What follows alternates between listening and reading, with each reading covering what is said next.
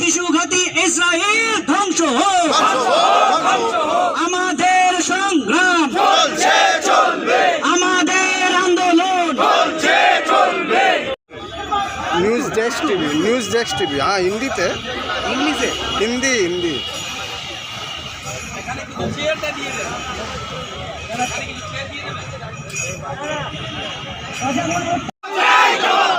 আমেরিকার জারজ সন্তান ইসরায়েল নিপাত চাক, আমেরিকার জারজ সন্তান ইসরায়েল নিপাত চাক। ফিলিস্তিনবাসীদের পক্ষে সমস্ত মানুষ এক হোক, ফিলিস্তিনবাসীদের পক্ষে সমস্ত মানুষ এক হোক। নারীঘাতী শিশুঘাতী ইসরায়েল ধ্বংস হোক, ইসরায়েলের সঙ্গে ভারতের সমস্ত কূটনৈতিক সম্পর্ক ছিন্ন করতে হবে, ইসরায়েলের সঙ্গে ভারতের কূটনৈতিক সম্পর্ক ছিন্ন করতে হবে। গাজা গণহত্যায় ভারত সরকার নীরব কেন? জবাব চাই, জবাব দাও।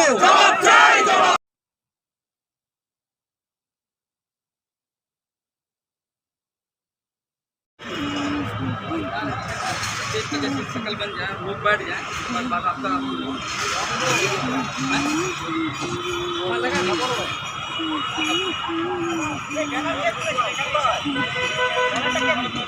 Hello check 1 2 3 4 5 6 7 8 9 0। हेलो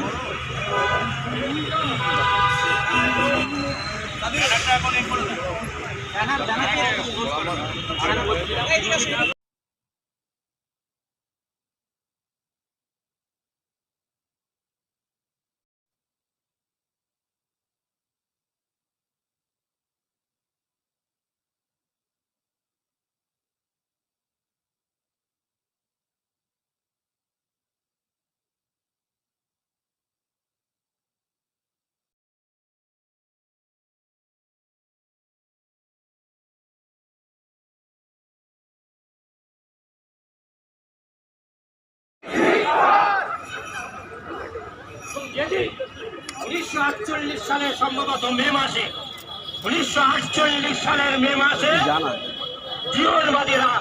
জীবনবাদীরা ইহুদি রাষ্ট্র ইসরায়েল ঘোষণা করেন।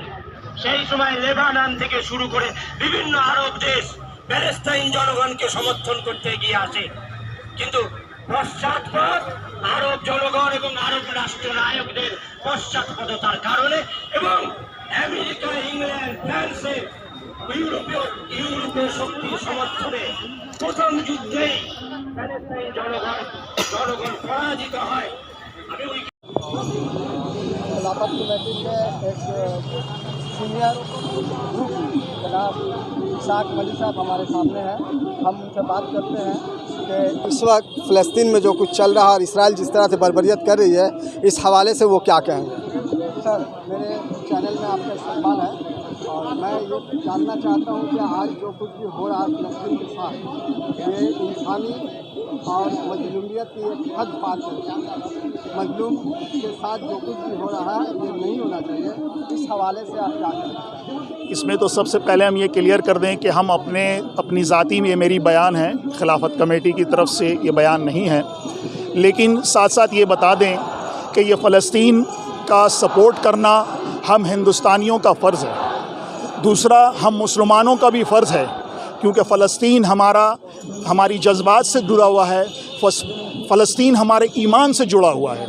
अगर कोई कहेगा कि फ़लस्तीन को सपोर्ट ना करो तो हम ईमान में अपना मुदाखलत चाहेंगे, क्योंकि फ़लस्तीन में हमारा क़िबले अव्वल है, हमारा उसको सपोर्ट करना ईमान की रोशनी में बहुत ज़रूरी है, क्योंकि हमें अल्लाह को मुँह दिखाना है और हिंदुस्तान के कॉन्स्टिट्यूशन के हिसाब से हम इस चीज़ को मानते हैं। अब रही बात कि जब 1948 में इसराइल का वजूद आया, इसराइल का कोई वजूद तो था नहीं। इसराइल को रहने के लिए जगह फ़लस्तीन के ज़मीन में दिया गया। जब हिटलर ने तमाम दुनिया से उसको मार के यहूदियों को भगाया गया, तो यही फ़लस्तीन ने अपने हुज़ूर पाक सल्लल्लाहु अलैहि वसल्लम के बताए हुए रास्ते को एक इंसान की शक्ल में रहने के लिए जगह दिया।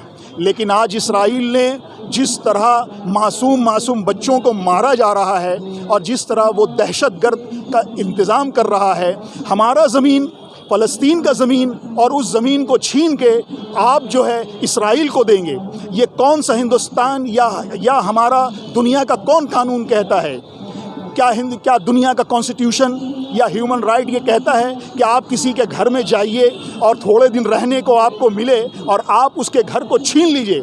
आखिर आप हिस्ट्री देखिए कि फ़लस्तीन का कम से कम नहीं भी तो 350 साल से लेकर 500 साल पुराना हिस्ट्री है। इसराइल का हिस्ट्री क्या है? इसराइल का हिस्ट्री 75 ईयर्स ओल्ड है।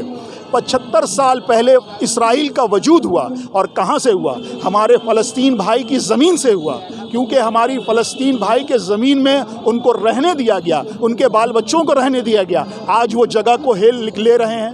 क्यों ले रहे हैं?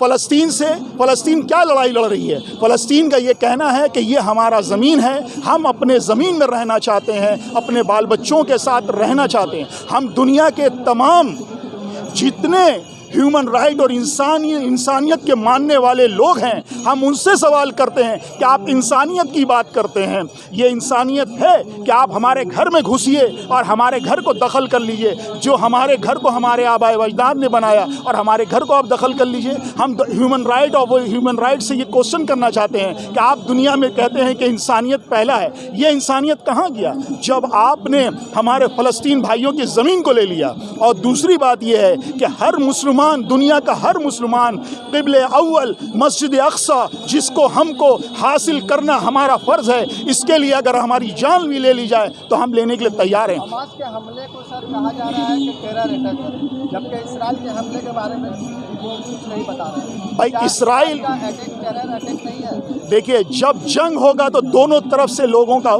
होगा, लेकिन जंग किसने चालू किया? जंग फ़लस्तीन ने चालू नहीं किया। अगर आप उठा के देखिएगा कानून या तारीख़ देखिएगा, हिस्ट्री देखिएगा, इसराइल ने मारा है। पहले मारा किसने? पहले शुरुआत किसने की है? आखिर आप हमारे घर में घुस जाए, आज हमारे घर में कोई सांप घुस जाए, बिच्छू घुस जाए, हम उसको नहीं मारेंगे क्योंकि वो मेरे बाल बच्चे को काटेगा। इसी तरह जब इसराइल हमारी ज़मीन पे कब्ज़ा कर लिया है तो क्यों आखिर कर रहा? आखिर लड़ाई क्या चीज़ की है? मस्जिद अक़सा तो हर मुसलमान का है, हर मुसलमान लेने के लिए पहले, क्योंकि मेरा पहला क़िबला मस्जिद अक़सा है और वहाँ पर मौजूद है। हर दुनिया का हर मुसलमान पहले उसको मानेगा, चाहे वो बंद लहजे में बोले, खुल के बोले, उसको बोलना होगा, उसको ईमान की रोशनी अपनी रखनी होगी। दूसरी बात कि जब इंसानियत की बात आएगी तो आपको हमारे भाई फ़लस्तीन के घर को छोड़ना होगा। आप उस घर में घुस जाते हैं, उस घर में बाल बच्चों को मारते हैं, 1.5 साल के बच्चों को मारते हैं, बमबारी करते हैं। क्यों? आखिर ह्यूमन राइट कहाँ गया? आज अमेरिका कहाँ गया? अमेरिका ने इसराइल को पाला है, अमेरिका ने तमाम उसको हथियार दे के उसको हम इसराइल को दहशतगर्द कहते हैं, हम इसराइल को आतंकवादी कहते हैं, क्योंकि वह इंसान की इंसानियत बात नहीं करता है। एक सवाल और रह गया सर।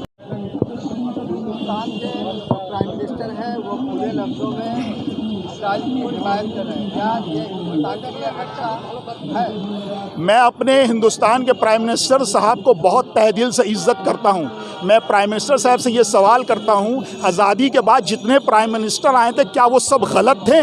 सिर्फ आप ही सही हैं? कहीं कॉन्स्टिट्यूशन में लिखा है? और हमारे प्राइम मिनिस्टर जिस पार्टी से बिलोंग करते हैं, उस पार्टी के जो फाउंडर हैं अटल बिहारी वाजपेयी, उनका बयान सुन लीजिए। अगर वो सही कह रहे हैं तो आप वो मानिए, या नहीं तो हमारे हिंदुस्तान के कॉन्स्टिट्यूशन को मानिए। क्या हिंदुस्तान में जितने प्रधानमंत्री हैं सब गलत थे? वो सही वो फ़लस्तीन की हिमायत कर रहे थे? आप फ़लस्तीन की हिमायत नहीं बल्कि उसको सपोर्ट कर रहे हैं। इसका रीज़न क्या है? आपको तो दोनों तरफ देखना होगा। आपको ये देखना होगा कि पहले बाप कौन है, पहले बाप को पहचानो कि बाप कौन है। बाप फ़लस्तीन है, ये तो इसराइल कहीं और की औलाद है। आप पहले नस्ल को पकड़िएगा या नकल को पकड़िएगा? अरे आप नस्ल को पकड़िएगा तभी तो बड़े बन पाइएगा, आप नकल को पढ़िएगा। आज इसराइल को सपोर्ट अगर हिंदुस्तान कर रहा है, कल यही इसराइल हिंदुस्तान को सपोर्ट नहीं करके उसके ख़िलाफ़ करेगा। जब वो जिस घर में खाया, जिस थाली में खाया, उस थाली में उसने छेद किया।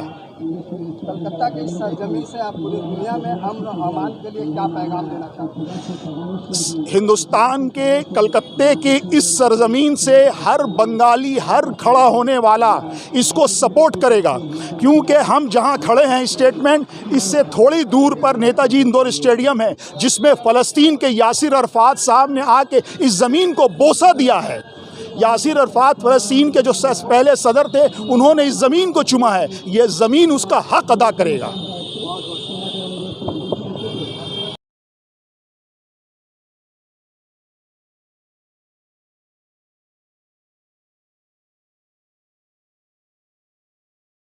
कि हर इंसान की मदद करना इस पर अमल किया था, इसलिए तुमने हमारे फलस्तीन भाइयों को जगह छोटा कर दिया, मेरा जमीन लिया और मेरे ही को आतंकवादी कहता है। हम हर हिंदुस्तानी और हर दुनिया के अमन पसंद फलस्तीन जिंदाबाद, फलस्तीन जिंदाबाद, इस्राईल मुर्दाबाद, इस्राईल मुर्दाबाद।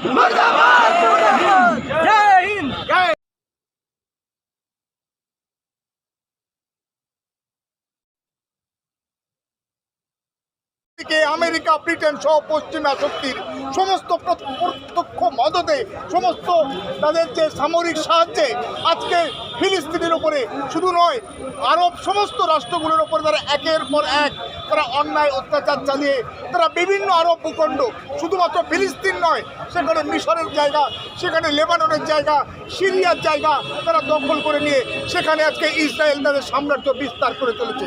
এরকম একটা অবৈধ রাষ্ট্র আমরা মনে করি এবং বিশ্বাস করি। তারপরেও আত্মনিয়ন্ত্রণের জন্য ফিলিস্তিনি ভাই বোনেরা যে চেষ্টা চালাচ্ছে, তাকে নির্মমভাবে গণহত্যা চালিয়ে তারা সেখানে তাদের সমস্ত সেই আশার স্বপ্ন এবং তাদের আত্মনিয়ন্ত্রণের অধিকারকে তারা চুরমার করে দিতে চাইছে। আমরা ভারতবর্ষী, আমরা পশ্চিমবঙ্গবাসী, আমরা কলকাতার জনগণ সেই ফিলিস্তিনি ভাইদেরকে তাদের আত্মনিয়ন্ত্রণের যে দাবি, তাকে সমর্থন এবং সংহতি জানাচ্ছি। একই সঙ্গে ধিক্কার জানাচ্ছি একটা অবৈধ রাষ্ট্র ইসরায়েল ধ্বংস হোক, এবং আমরা আশা করব 1948 সালের আগে পৃথিবীতে ইসরায়েল বলে কোনো রাষ্ট্র ছিল না, এবং অচিরেই পৃথিবীর মানচিত্র থেকে ইসরায়েল নামক রাষ্ট্রের অবসান ঘটবে। অচিরেই স্বাধীনতাকামী ফিলিস্তিনি ভাই বোনদের তাদের লড়াই এবং সংগ্রামের মধ্য দিয়ে তাদের সেই লড়াই, তাদের সেই দৃঢ়চিতা মানসিকতাকে আমরা কুর্নিশ জানিয়ে, তাদের প্রতি সংহতি জানিয়ে আমরা কলকাতার মানুষ আজকে এই টিপু সুলতান মসজিদের পাশে আমরা জমায়েত হয়েছি, আমরা সংঘবদ্ধ হয়েছি। ফিলিস্তিনি ভাই বোন, আপনারা একে নাও। আজকে আপনারা যে এখানে সম্মেলন হয়েছেন, ভারতবর্ষে যে প্রধানমন্ত্রী আছেন উনি ইসরায়েলকে সাপোর্ট করছেন, এই বিষয় নিয়ে কি বলতে চান? দেখুন, ভারতবর্ষের প্রধানমন্ত্রী ভারতবর্ষের 140 কোটি জনগণের প্রধানমন্ত্রী। তিনি বিজেপির নয়, তিনি আরএসএসের নয়, কিন্তু নরেন্দ্র মোদী বোধহয় অধিকাংশ সময় ভুলে যায় তিনি ভারতবর্ষের প্রধানমন্ত্রী নয়, তিনি বুঝি আরএসএস বা বিজেপির প্রধানমন্ত্রী।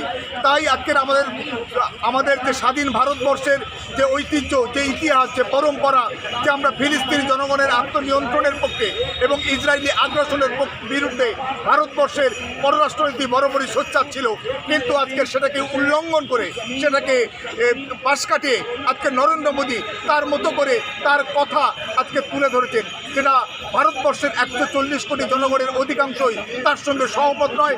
এবং বিভিন্ন যে রাজনৈতিক দলগুলো আছে আমাদের ভারতবর্ষে, তারাও কিন্তু এই বিজেপি বা আরএসএসের যে অবস্থান, সেই রাজনৈতিক অবস্থানের সঙ্গে তারাও সহমত নয়।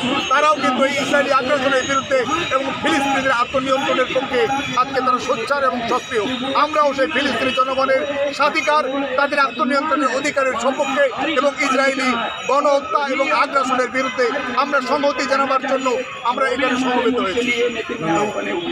স্বাধীনতাকামী গণতন্ত্রপ্রিয় মানুষ, যারা ফ্যাসিবাদের বিরোধী, যারা স্বৈরাচারিতার বিরোধী, যারা সাম্প্রদায়িকতার বিরোধী, যারা স্টেট টেরোরিজম, রাষ্ট্রীয় সন্ত্রাসের বিরোধী, তারা বরাবরই ইসরায়েলের বিরুদ্ধে সোচ্চার এসেছে। আপনারা দেখেছেন যে আজ ইসরায়েল কয়েকদিন ধরে যে আক্রমণ করছে এবং এতে কয়েক হাজার মানুষ আহত হয়েছে, হাজারেরও বেশি ফিলিস্তিনবাসী, গাজাবাসী তারা নিহত হয়েছেন, শিশুরা, মেয়েরা তাদেরকে নিহত করা হয়েছে এবং লক্ষাধিক লোক তারা ঘর হারা হয়ে গেছে। এখন ওখানে পানি সাপ্লাই লাইন বন্ধ, বিজলি কেটে দিয়ে গাজা গণহত্যায় ভারত সরকার নীরব কেন? জবাব চাই, জবাব দাও।